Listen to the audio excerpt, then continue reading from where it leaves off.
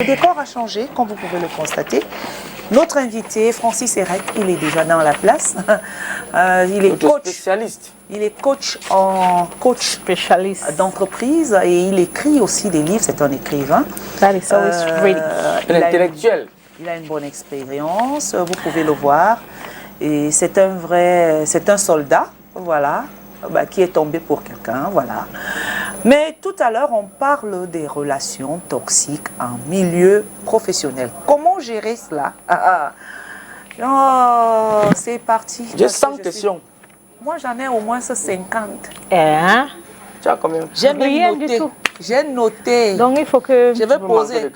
Peut-être je me découvrirai, peut-être je suis toxique sans le savoir. Et je vais apprendre aussi, parce que je veux d'abord apprendre pour moi, avant de pouvoir... Are you a toxic human being? Chacun est toxique à son niveau. Hein. Toxique à son niveau, Mais il y a des personnes qui sont nées toxiques. I'm not toxic. Il y a des personnes qui sont nées toxiques. Et puis ils ont besoin de délivrance pour ça, je t'assure. Alors, mais avant tout, on va dire bonjour déjà, Francis. Bonjour Mireille. Et bienvenue à nouveau. Merci. Voilà. Avant, déjà, Cathy a concocté un petit truc pour nous. Et ce sera en anglais. Préparez vos oreilles et écoutez avec les oreilles, le cœur, la tête. À toutes. Cathy, la chronique de Cathy.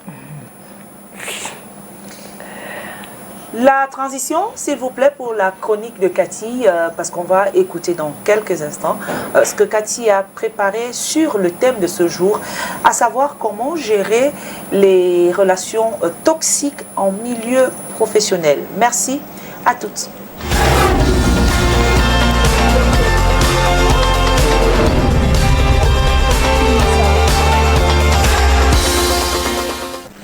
Alors, Cathy, à toi la chronique.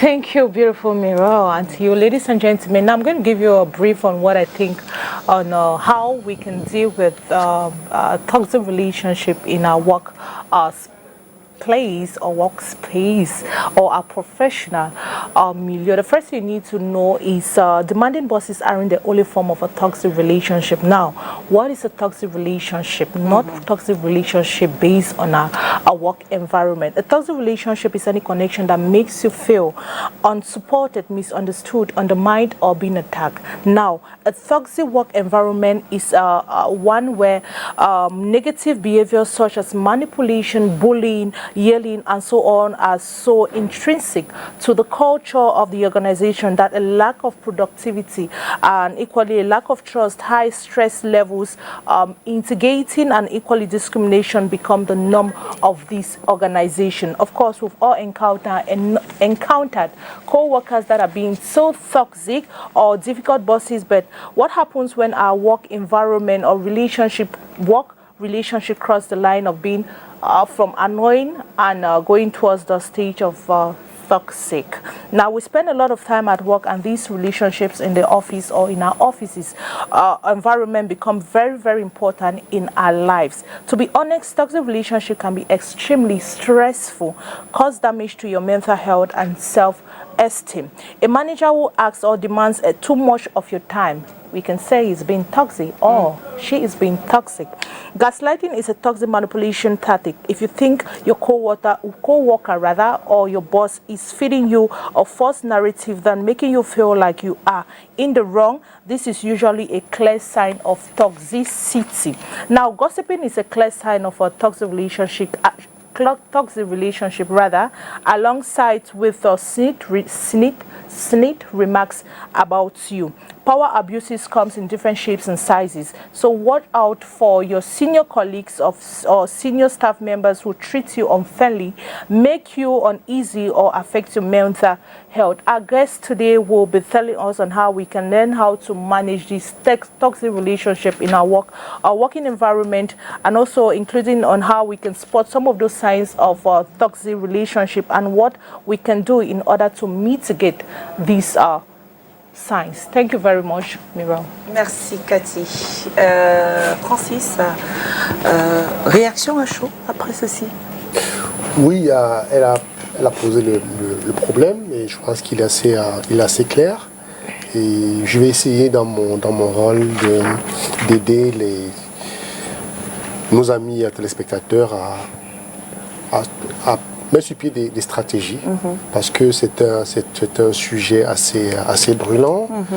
Et beaucoup de personnes en souffrent. Donc on va essayer en quelques minutes de trouver des solutions et d'aider ceux qui en souffrent déjà de pouvoir en sortir.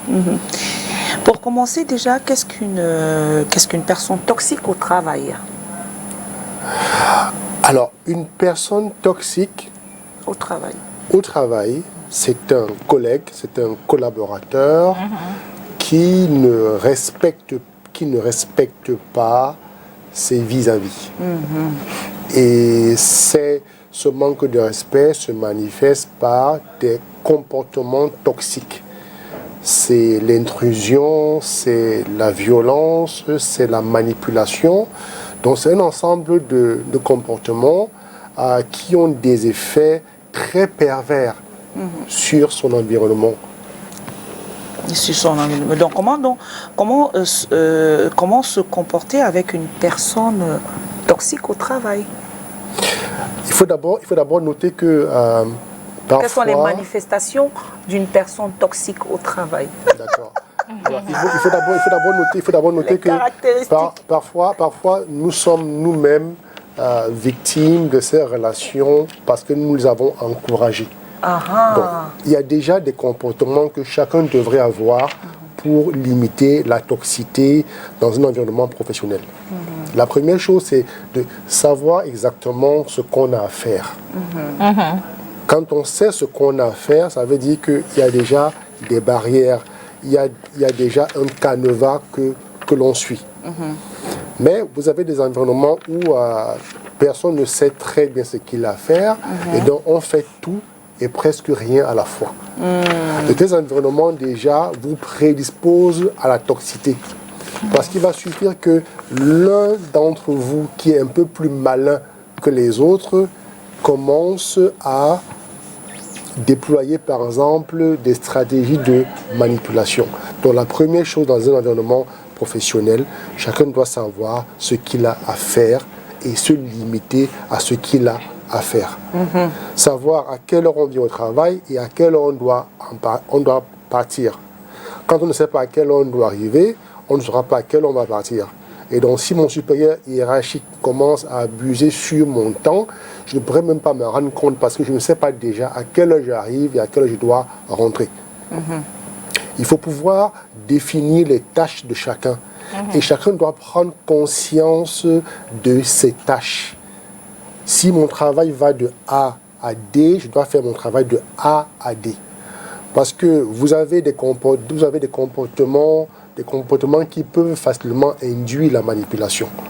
L'incompétence finit souvent par créer la toxicité. Parce qu'on s'appuie sur les autres pour faire son travail, parce qu'on n'est pas assez outillé. Et cette dépendance-là fait que les autres commencent à prendre le dessus sur nous. Ça devient une espèce de chantage. Et ce chantage-là finit par créer de la toxicité. Parce que je dépends de X pour faire mon travail. Pas parce que X est mon collaborateur, mais parce que je ne sais pas faire mon travail. Alors je m'appuie sur X pour pouvoir le faire. Et X finit par prendre conscience de ce que, sans lui, je ne peux pas bien faire mon travail. Et X commence donc à avoir des comportements manipulateurs. Parce qu'il sait que je dépends de lui. Je me souviens encore de ce team building où j'ai découvert que 2 ou 3 managers étaient très incompétents, mais s'appuyaient sur leur N-1 pour pouvoir faire leur travail. Et puis, à un moment donné, ces managers étaient devenus comme des amis de leurs collaborateurs. Pourquoi? Parce que la relation professionnelle ne pouvait plus avoir lieu sur le plan hiérarchique. Quand vous êtes manager et que vous n'arrivez pas à faire votre travail, et que c'est plutôt votre subalterne qui fait votre travail, ce subalterne-là finit par prendre du galon et après il commence à vous manipuler. Et donc vous êtes manager de manière officielle, mais en fait, dans les faits, ce n'est pas vous le manager, Et donc, ça entraîne beaucoup de toxicité. Vous avez également une habitude que nous avons souvent en entreprise et qu'il faut fustiger, c'est le fait de raconter sa vie privée, de raconter nos difficultés familiales. Lorsque vous vous ouvrez en milieu professionnel, les gens qui vous écoutent vont utiliser ces informations plus tard contre vous. Et vous serez les premiers à vous plaindre de ce que les gens se servent de votre vie. Parce que l'environnement professionnel, c'est pour faire un travail. C'est pourquoi on dit professionnel. C'est pour faire un travail assez bien précis. Le travail doit être délimité. Mais lorsque vous arrivez au travail et que vous commencez à vous confier sur vos problèmes personnels à vos collègues, parce que vous êtes dans une, entre guillemets, une grande famille, le lieu du travail, ce n'est pas la famille. Donc, il n'y a pas à venir se confier, parce qu'en vous confiant, vous donnez des informations capitales qui permettront aux autres demain de pouvoir vous manipuler. Vous atteindre. Votre chef hiérarchique n'est pas votre père, il n'est pas votre oncle. Donc, il n'a pas à régler vos problèmes de famille, vos problèmes personnels. Mais à force de lui exposer vos problèmes personnels, il finit par rentrer dans votre vie privée. Et puis, à un moment donné, il n'y a plus de barrière entre la vie professionnelle et la vie privée. Donc, c'est ces comportements-là qu'il faut d'abord fustiger. Maintenant, la toxicité peut également se manifester par l'abus de pouvoir. Vous avez des supérieurs hiérarchiques qui traitent leurs collaborateurs comme des enfants. Ils les infantilisent. Au point où ça crée du stress et vous avez parfois des démissions. Et ceux qui ne sont pas assez courageux ne vont pas démissionner, mais ils vont rester souffrir. Cette souffrance peut entraîner des maladies. Donc, il est important de toujours fixer les règles dès le départ. Autant le chef a des prérogatives et peut vous interpeller par moment, autant le subordonné ou l'employé doit aussi de temps en temps rappeler au chef ce qu'il considère comme étant son travail et ce qu'il considère comme n'étant pas son travail. Parce que à force de faire ce qui n'est pas de votre travail, vous finissez par donner l'impression de quelqu'un de très disponible. Et le jour où vous n'êtes pas disponible pour faire un travail qui n'est pas le vôtre, ça devient de la rébellion. Donc il est important de savoir ce qu'on a à faire et de savoir ce qui est de notre compétence afin d'interpeller les gens chaque fois qu'ils dépassent leur propre périmètre. Les comportements humains parfois sont difficiles à contrôler. Vous avez le commérage. Le commérage, c'est aussi la manifestation d'une toxicité en entreprise. C'est-à-dire qu'à un moment donné, la vie privée des employés devient des sujets de conversation parmi le personnel, ce qui n'est pas du tout bien. Voilà. Ça veut dire qu'il n'y a plus de respect. Et quand il n'y a pas de respect, ça veut dire qu'on se retrouve dans une espèce de désordre organisé. Aujourd'hui, on parle de la vie de Mireille dans les couloirs. Demain, on parle de la vie de Pierre dans les couloirs. Après, demain, on parlera de la vie de tel dans les couloirs. Et ces conversations-là fragilisent les principaux concernés. Parce que lorsque toute votre vie est désormais connue dans votre environnement de travail, tout le monde a des problèmes. Oui. Mais lorsque vos problèmes à vous se retrouvent sur la place publique, vous êtes, comment je vais dire ça, vous êtes fragilisé. Vous êtes fragilisé parce que désormais, vous n'avez plus de secrets, vous n'avez plus de vie privée face à vos collaborateurs. Et malheureusement, souvent, vous avez des managers qui alimentent ce genre d'environnement. C'est-à-dire qu'ils s'arrangent toujours à envoyer des collègues aller espionner les autres pour ramener l'information afin d'alimenter le commérage. Voilà. Et en général, c'est des environnements très toxiques. Et vous savez que la toxicité entraîne le stress. Et le stress entraîne la démotivation. Exactement. On a des entreprises ici où parfois des gens demandent des congés maladie, des arrêts maladie pour 1 semaine, 2 semaines, simplement parce qu'à un moment donné, ils ont l'impression qu'ils sont devenus la cible de tous leurs collègues au travail. Alors que ce n'est pas normal. Donc, il faut déjà que chacun sache quelle est sa place. Quand on est technicien de surface, on doit savoir que mon travail consiste à faire ci, à faire ça. Je suis journaliste, je suis reporter, mon travail consiste à faire ci, à faire ça. Voici mes heures de travail, voilà ce qu'on attend de moi. Je suis trésorier, je suis comptable, voilà en quoi consiste mon travail.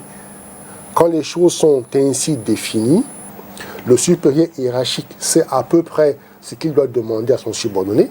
Le subordonné sait à peu près ce que son supérieur hiérarchique peut attendre de lui. À ce moment, les choses sont claires, il y a moins de désordre.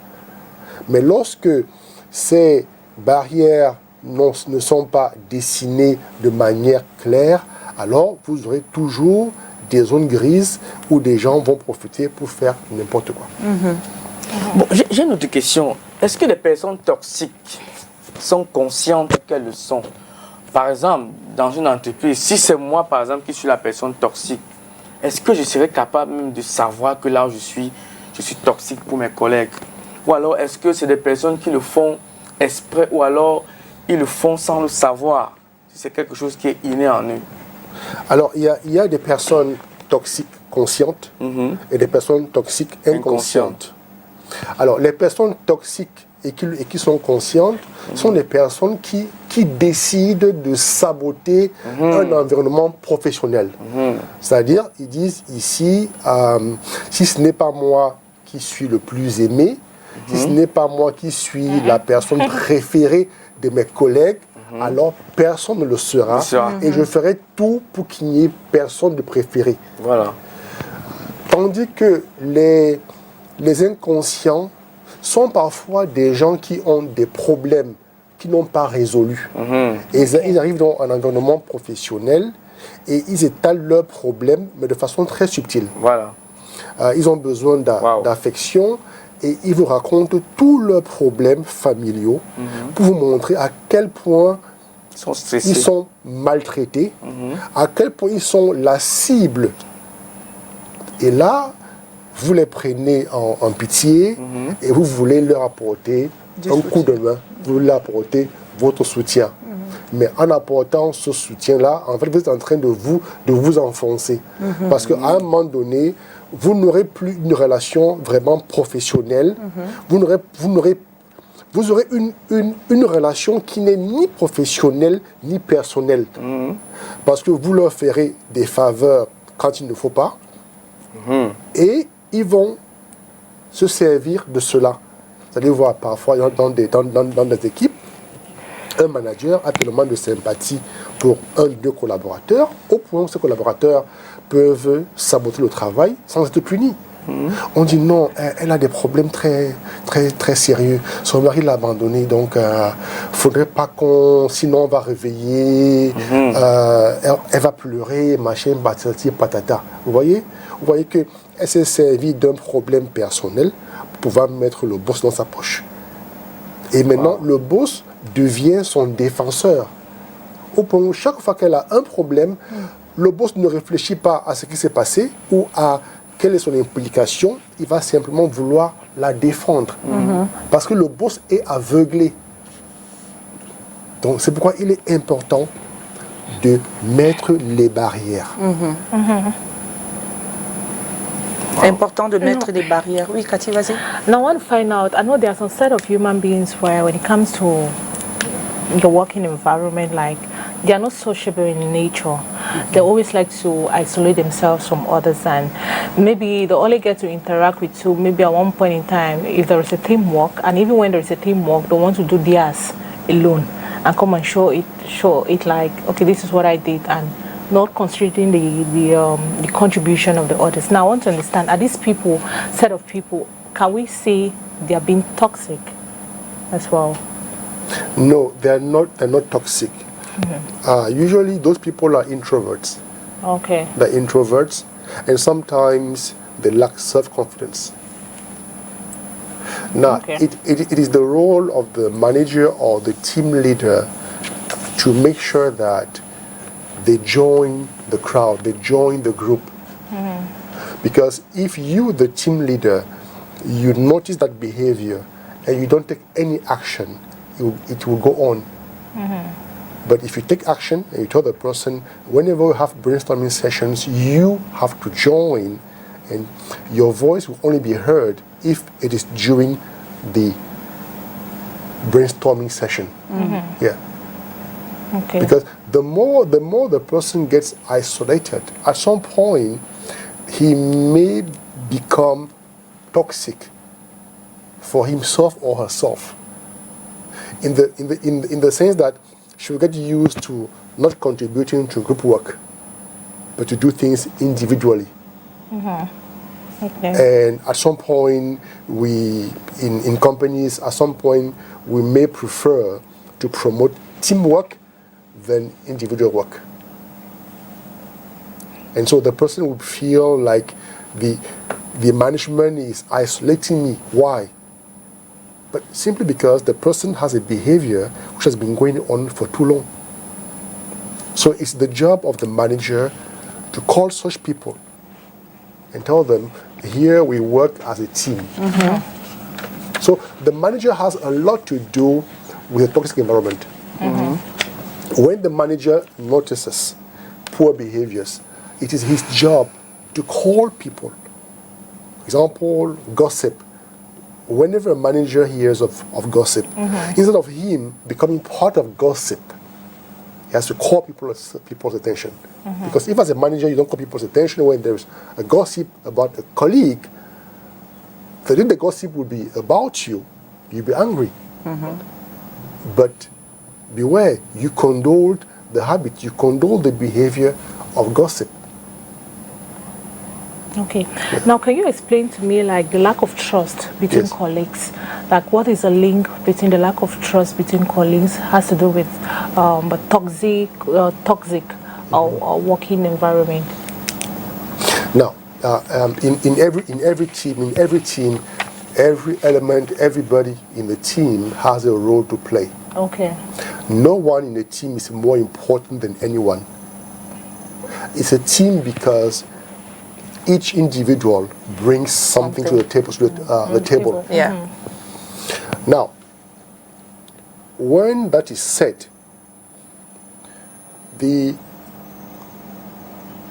team members who feel superior to the other team members will create a tension.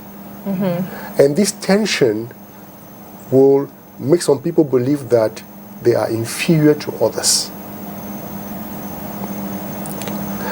And those who are like strong-minded, they may handle that. They may handle that and just believe that, okay, it's just about circumstances, but my true worth is this. But those who are weak-minded, what will happen to them? They start believing that they are not up to it. Sometimes you are appointed manager of a team, and you realize that the underperformers, after a while, as you come in, the underperformers, just because you have changed the management style, the underperformers become the high performers. Why? Because now they are in confidence. And the moment they become confident, they start performing beyond their former standards.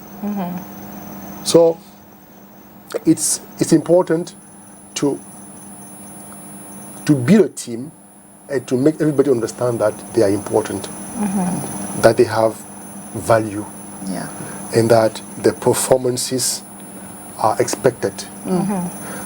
But the moment you start making people believe that they are superior to others, you have killed the team. you have brought in toxicity and you have broken some of the pillars of the team. Yeah. Okay. J'ai une question à deux volets. Voilà, déjà, le premier volet, c'est que est-ce qu'il existe des entreprises où on ne trouve pas de personnes toxiques, premièrement?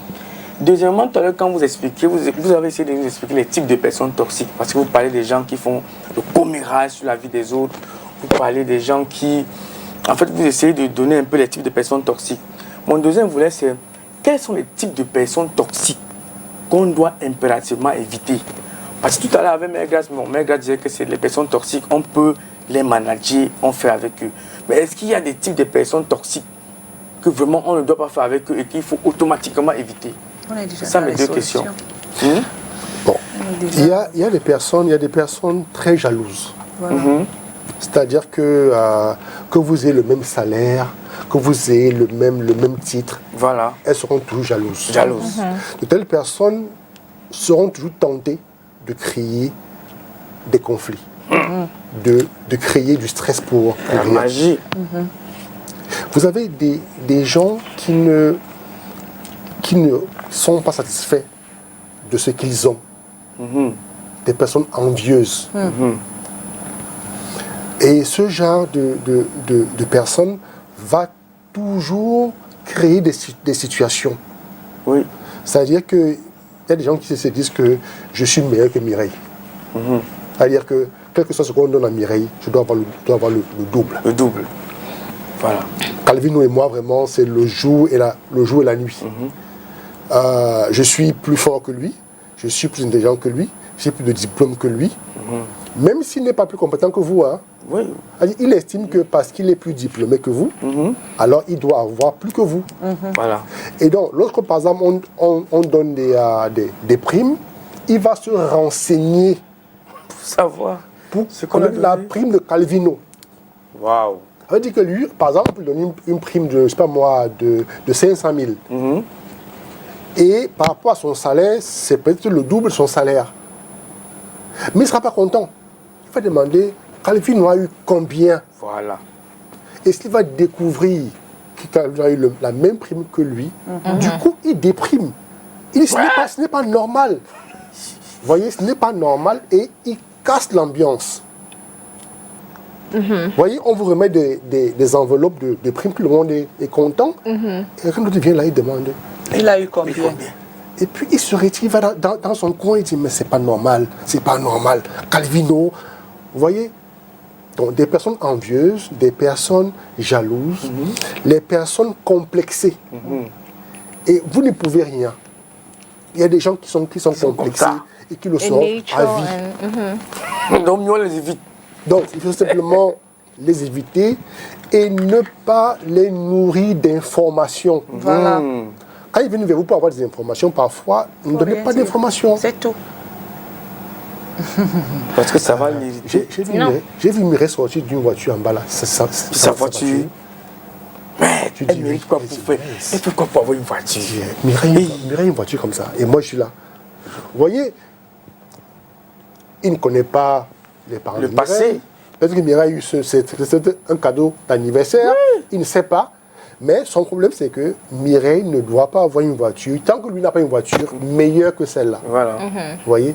Donc, des gens toxiques, c'est des gens qui, très souvent, c'est des jaloux, c'est des gens envieux. Maintenant, I want to just, it's based on Calvino's question that he's just asked, because you make mention of the fact that when one point in time when you, for example, when you get a job, they give you the number of times you need to work per day. Yes. And after a while, you discover that you work more than the time that was being given to you. Yes. Now, when you find yourself in that situation where your boss has imposed that overtime to you, how do you tend to handle such a situation? Because then we can consider that he's being toxic, but it's your boss. But how do you handle such a situation if you find yourself in it? It's illegal. It's illegal, and you need to call the attention of the HR. Okay. And if possible, sit down with your boss, because you have a job description. Okay. And so if you're supposed to work 5 hours a day or 6 hours a day, it's not normal for you to be working 10 hours a day. Okay. You may work from time to time. You may have some overtime from time to time, but it should not become like a rule. Because you need to be able to claim your rights. You need to know what you're entitled to so you can get organized. This is very important.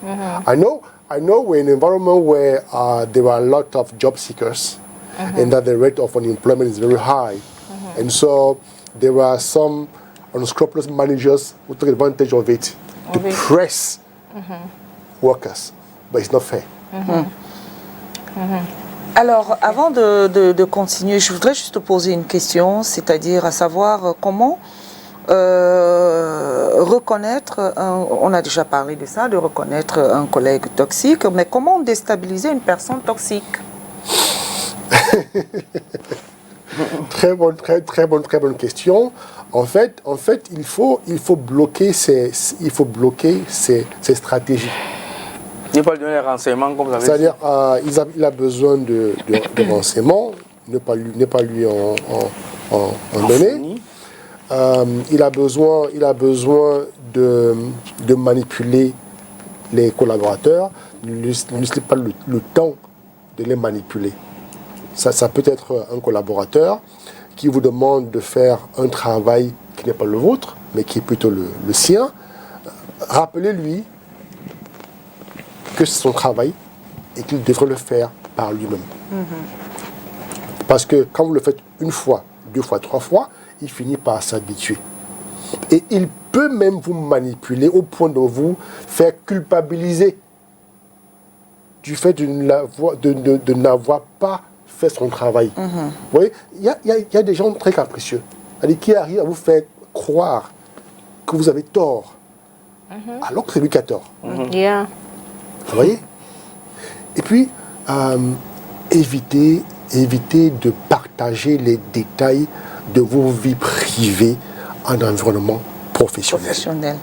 C'est très important. Ça rentre dans comment se comporter dans un environnement de travail toxique. Oui. Oui.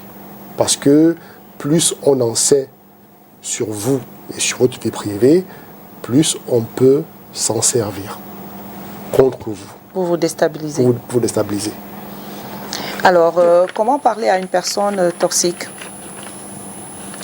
Eh bien, parler le plus normalement possible. Ne donnez pas l'impression à la personne que vous avez un conflit latent avec elle. Exactement. Ouais. Parler et puis, si possible, communiquer avec des traces.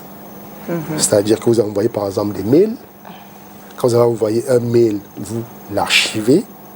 Parce que demain, lorsqu'il y aura conflit, la personne pourra nier en bloc. Non, il m'a jamais dit ça, il ne m'a pas demandé ça. Non, je suis au courant de rien. Et puis, si vous êtes un manager et qui avait des collaborateurs toxiques, parfois, faites des réunions avec des témoins. C'est-à-dire pour que la personne se rende compte qu'en fait, on m'a donné telle instruction devant telle personne. Et à ce moment, il devient très difficile pour la personne de se défiler.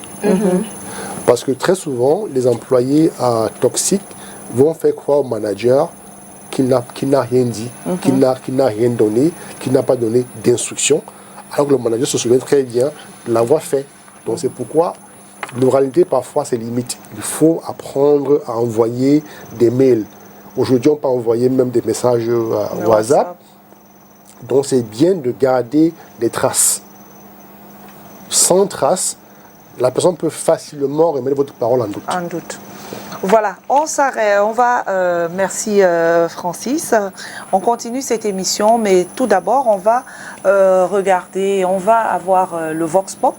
On est allé poser la question à l'homme de la rue si lui aussi il est face à ce type de situation. Justement, comment gérer les conflits professionnels. Comment gérer cela? Nous sommes allés poser la question à l'homme de la rue avec la caméra de Nono Fetui. Tout ce que moi je peux vous dire, c'est que je veux d'abord calme. Regarde ton sang-froid. Tu vois un peu, parce qu'à la colère, tu ne peux rien gérer. Moi, le plus important, c'est d'abord rester calme. Prends la chose telle qu'elle est. Moi, par exemple, si je constate que mon voisin est fâché, n'est pas d'humeur, je peux essayer un peu de dialoguer avec lui, l'amener un peu vers la raison. Mais s'il ne comprend pas, je l'évite de rester dans mon coin tranquillement. Et c'est ce qui reviendra à la raison avec le temps. Yeah, the only thing I can do is that if I'm seeing that somebody is not in a good mood, maybe you are doing business, at times you are not in a good mood, or the only thing that I can advise you, whatever you want to do, anything, you need to put God in front. And first of all, you know that business cannot be good all the time, and business cannot, you cannot succeed all the time. There's a day that you can come out, you can go out and then you can succeed, and there's a day that you can go back without anything in your pocket. But it doesn't cause you to be angry or to misbehave in the public. So whenever things are difficult, you need always to put God in front of you. Let God first ought to be in front of you. Because if you put God first, you will not be afraid. Or if you put God first, you cannot be angry with a brother or whosoever is by your side selling more than you. But what the problem with people is that when things are difficult, they don't know where solution comes. But if you know that a solution comes from God, you will not be angry because things are difficult. But make sure that your solution comes from God. But if you know that your solution comes from God, you will not be angry whenever things are difficult. Oui, pour gérer un climat conflictuel en milieu scolaire, si c'est les discussions ou les querelles, nous rentrons seulement dans la prière. Lui-même, Jésus a commencé par la prière, il a fini par la prière. Donc, avec les problèmes spirituels, nous allons, même si c'est physique, nous prions. La Bible dit que nous ne luttons pas contre la chair et le sang, mais nous luttons contre l'esprit méchant dans les lieux célestes, contre les esprits, les autorités, contre les esprits qui combattent sur le plan spirituel.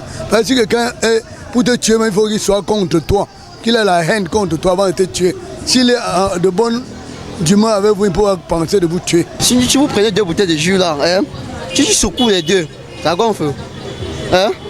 Au fur et à mesure, quand tu ouvres le premier, ça va se verser. Quand tu as secoué, il y a le gaz de ça. Pour moi, il faut d'abord laisser. Quand tu es en colère, tu dois laisser te calmer. Et puis ça va passer, c'est simple. C'est comme ça, il y aura toujours les problèmes. Quand tu mets dans la colère n'a rien. Quand tu es calme, ça va aller. Comme ça, on agit selon le tempérament de son vis-à-vis. On constate que lui, qu'il est tellement plus énervé, on maîtrise. On ne va pas dans la même tension que lui pour que ça ne dégénère pas. Je crois que c'est de cette manière qu'il faut faire. Parce que lorsqu'il y a un conflit, il y a toujours un côté qui est coléreux et il y a un côté qui doit faire l'apaisement. Si le côté qui fait l'apaisement ne joue pas son rôle, le conflit va dégénérer. Vous me suivez maintenant? Oui, je crois que pour que le conflit ne dégénère pas, il doit toujours... Je peux dire même que c'est un peu la même théorie même dans un couple. Parce qu'il y a toujours un couple qui a une tension élevée, un couple et un partenaire qui a une tension un peu plus bas. Je crois que c'est cette manière qu'il faut éviter qu'une tension ne dégénère. Voilà, de retour à un plateau. C'est vrai que quand on pose la question, les gens répondaient justement peut-être par rapport à leur environnement dans la vie courante, mais c'était véritablement pas en milieu professionnel. Mais nous parlons du professionnel, en milieu professionnel ici. Dans cette émission, on parle de comment gérer les relations toxiques en milieu professionnel. Mais vous savez, quand on pose la question à l'homme de la rue répond toujours à sa façon. Et puis, c'est aussi ça l'homme. C'est aussi ça l'homme de la rue. Voilà, c'est aussi ça l'homme de la rue, de toutes les façons. Francis, c'est vrai que tout à l'heure vous étiez un peu confus par les réponses.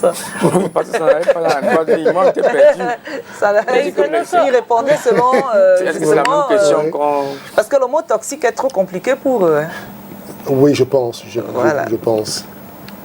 Et ce qu'il faut peut-être ajouter, c'est que il faut se méfier, il faut éviter transformer l'entreprise en une famille.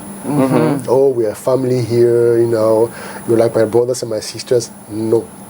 Voilà. L'environnement professionnel, ce n'est pas la famille. Le manager n'est pas le papa de quelqu'un. Voilà. La manager n'est pas la mère de quelqu'un. Ta mère à la maison. Votre mère à la maison, votre père est à la maison. Parce que lorsqu'on commence à vous conditionner sous un format de l'entreprise, c'est la famille, vous allez certainement attendre certains comportements, certains gestes de la part de vos collaborateurs.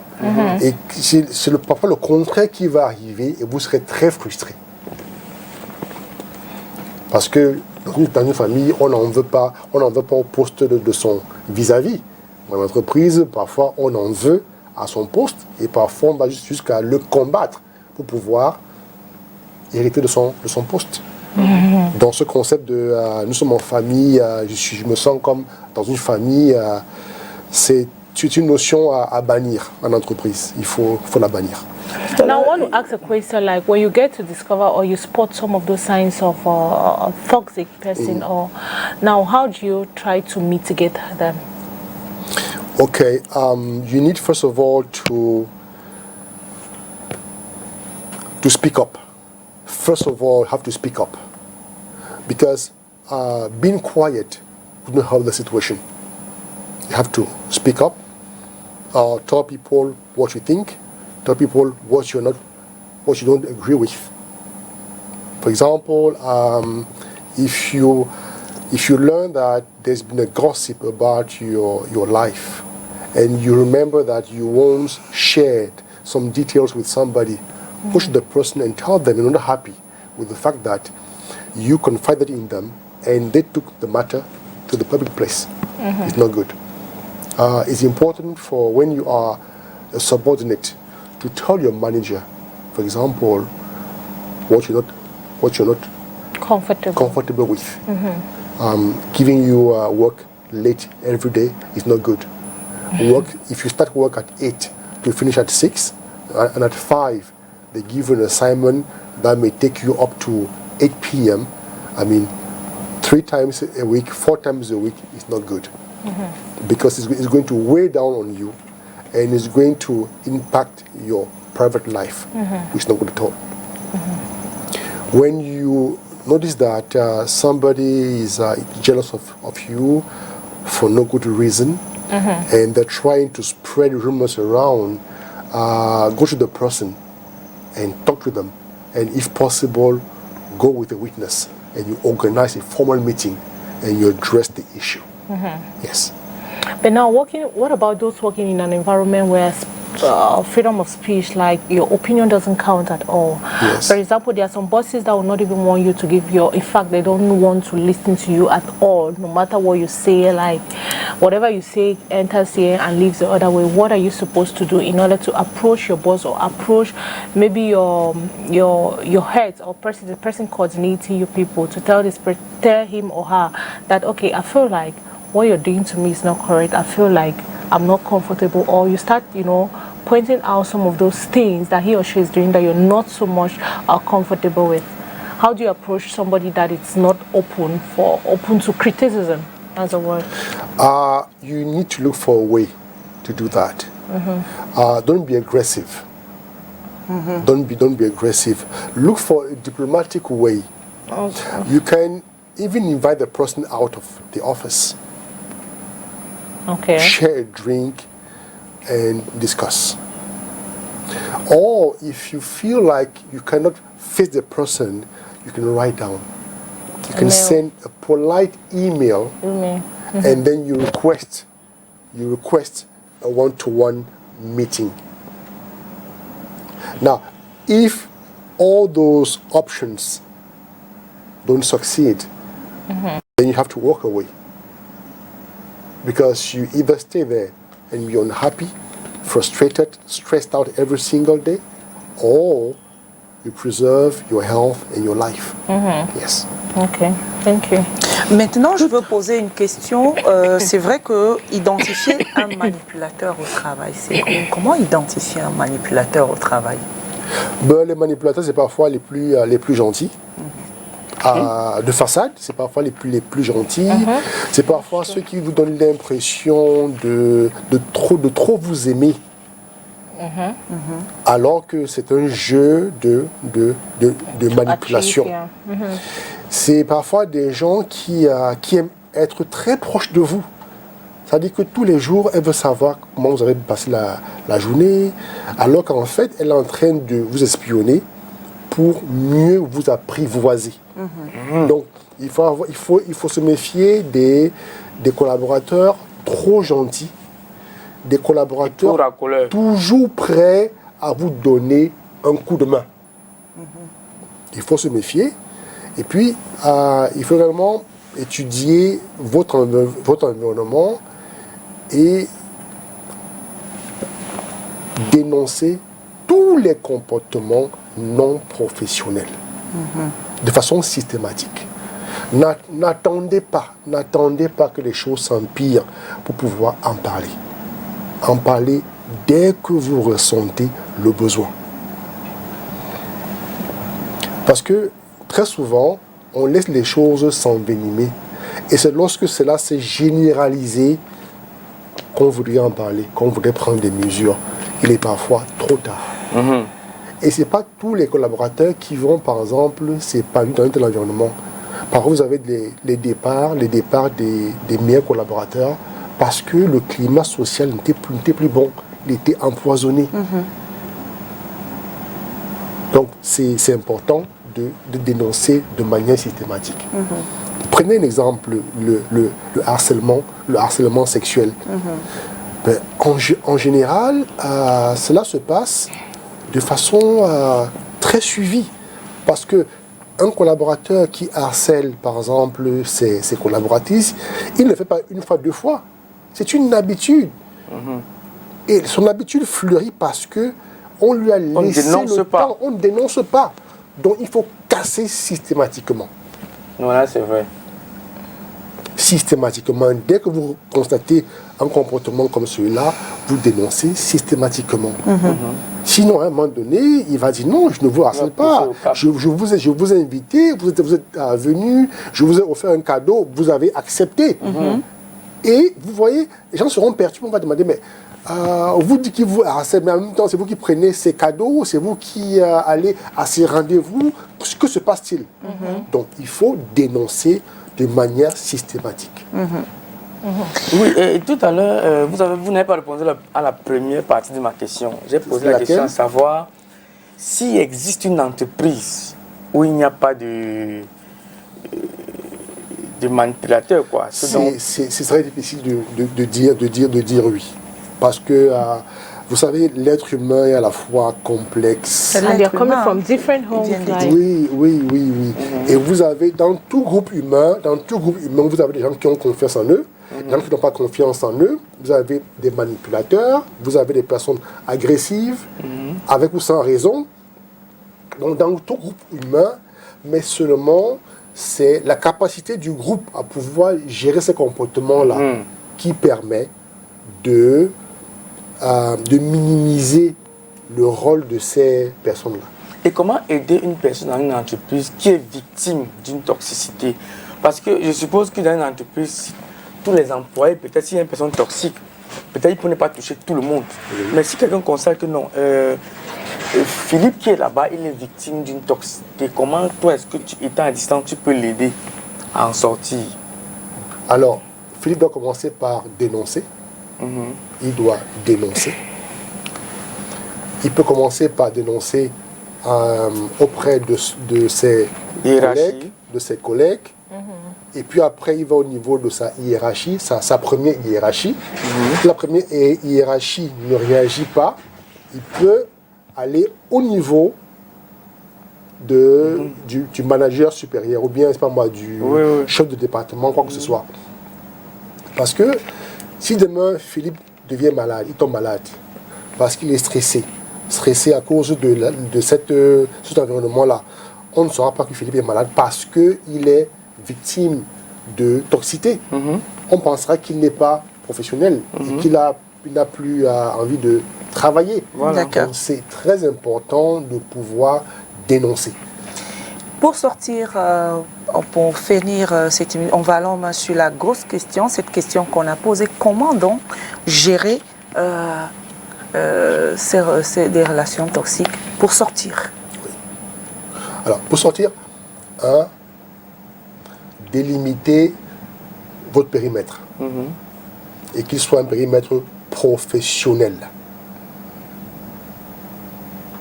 N'allez pas chercher à savoir ce que tel fait dans sa vie privée, pourquoi tel a une grosse voiture, pourquoi celle a un salaire qui est supérieur au mien.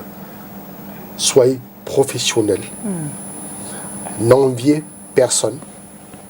Et lorsque vous remarquez que quelqu'un vous envie ou vous jalouse, évitez la personne comme la peste. Parce que sinon, elle va se rapprocher de vous et après, elle va lancer ses tentacules. Ouais. Donc, soyez professionnel. Ça veut dire, autant vous n'allez pas, vous aussi, vous rapprocher des gens pour avoir des informations sur la vie privée. Parce que souvent, qu'est-ce qu'on fait? Bon, moi, je me protège, mais j'expose les autres. Voilà. On se protège et on respecte aussi la liberté des autres. Exactement. C'est très important. Bon, si quelqu'un se protège et on vient lui dire des choses sur la vie des gens, est-ce qu'il doit dire non, stop? Non, stop. Puisqu'il a délimité son périmètre professionnel. Voilà. Comment est-ce que les gens viennent in the workspace, Yes. Parce qu'il y a des gens qui... De toutes les façons, de toutes les façons, merci pour tous ces conseils donnés, Francis. Rappelons que Francis Eret est un coach d'entreprise et écrivain aussi. Il a déjà 5 livres à son actif, 5 publications déjà, à savoir Prisonnier, voilà, que je connais. Et les rêves de mon père. Les rêves de mon père. Les prisonniers des rêves de mon père. Il y a le coach de l'entreprise, le journal d'un coach d'entreprise, que je suis même en train de lire en ce moment. Il y a encore... Le rêve professionnel à portée de main. Exact. Et quoi d'autre? Les 4 secrets des personnes qui excellent en entreprise. Donc, c'est des livres que vous pouvez vous procurer sur Amazon, je crois. Non, dans les grandes surfaces au Cameroun. Et en contactant la maison d'édition Eret Books, en ligne, vous pourrez passer des commandes. D'accord. Oui. En ligne, en ligne comment? Eret Books. Eret Books. Non, E-R-E-T. Oui, Books. Oui. En ligne, voilà. It's only in French. English version is coming up. Okay. Yeah, we're looking forward to. By the end of the year, we'll have "Prisoner of My Father's Dreams." Okay. It's coming up. Okay. Yes. Merci d'avoir répondu à notre invitation. J'espère qu'on vous aura encore la semaine prochaine avec un autre thème très très édifiant. Et j'espère aussi qu'à partir de toutes les explications de notre invité du jour, chacun a appris quelque chose. Et si vous étiez une personne toxique, c'est le moment pour vous de changer. Et si vous étiez face à des personnes toxiques, j'espère que vous allez appliquer les conseils du coach Francis Eret. Merci. Tonton Calvino, merci. Cathy, merci. Évitons de laisser les personnes toxiques louer dans nos têtes. Il faut qu'on demande le prix de loyer pour qu'ils partent.